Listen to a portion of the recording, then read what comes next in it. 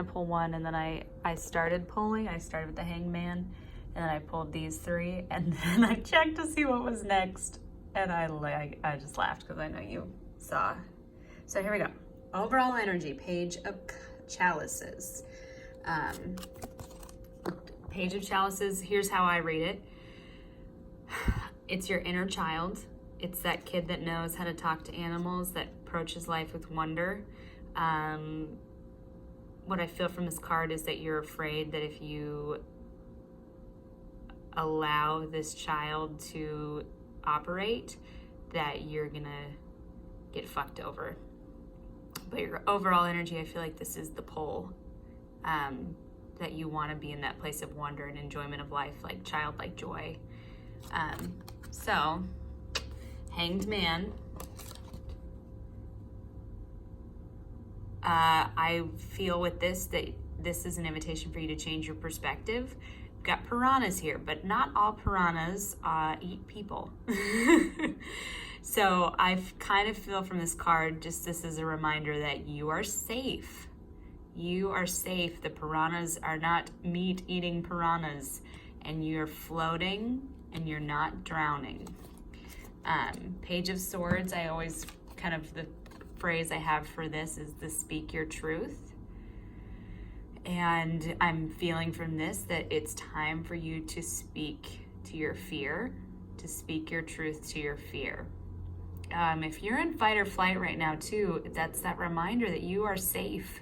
You are not in danger, because it is hard to make that decision or decisions when your anxiety is so high that you feel like there's a lion that's about to eat you. And in this, and this is again another youthful energy, and you may feel like you don't trust yourself because you've stepped into something new, but that doesn't mean that you don't have truth to speak to the situation. Seven of Swords, I know can be like betrayal. I mean, you were worried the other guy is manipulative. Fine, maybe, yes. But if it's about you also, it's a reminder that you have enough. So you are looking outside yourself, trying to figure out what else you need to make this decision.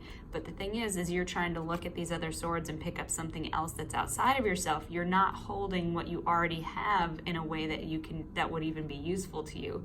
So this is a reminder, hey, you have what you need. Just take it in both hands and wield what you already have. You are enough. You have enough. You're okay. All right, and then look at this, Ten of Pentacles. I think that this is wanting to present itself to you. I know there's a lot of fear, but this is showing up, and I know you said Ten of Cups is also showing up, and I feel like because maybe you're ready, and if you're ready, it doesn't mean you're gonna feel ready all the time, especially you may not feel ready because your brain, maybe the last time you thought you were ready, your brain stored away that it was dangerous. And so it's something good is coming in and you're like, oh shit, I'm in danger. Ten of Swords, this is how I interpret it. And you're listening to Tarot for the Wild Soul. I take it from her, and that is the worst is over. So in this situation, you're wondering if it's like going to be bad. You maybe pulled the Ten of Swords as like an indicator it's going to be bad, but also this could be an indication that the worst is over. That what happened was the worst it's going to get, and you did learn from it, and you did take away lessons. And even as you're telling me briefly about just feeling it out and feeling like the other guy is manipulative, like you are paying attention to those red flags this time. And it's okay to pay attention to that and to trust that the worst is over. Look at the Lovers coming. This is more about falling in love with yourself and embracing each part of yourself. And with this guy that you are interested in, this is also a reminder that the things that are coming alive in you that make you feel like dancing are already in you. He may be awakening them, but he's serving as a mirror that allows you to remind yourself of the woman that you are, glorious woman that you are. So it is scary to open yourself up to somebody and the possibility of heartbreak, but also all these things that come alive in you are already in you. Like, it's not really about the person, it's about you. I'm all very drawn to these light lampposts, all this light. Like, this is just already in you. And then Look at that, look at that, look at that. 6 of Wands. Honor what you've been through. Maybe I feel kind of from this card like ritual. Take time to honor the journey and where you've been, and trust that you have people that have witnessed how much you've grown, even when you feel like you can't see it for yourself.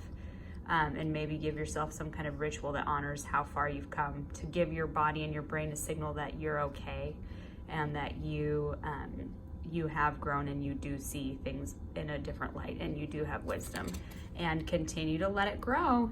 I see 7 of Pentacles as a reminder, like, don't eat your seed.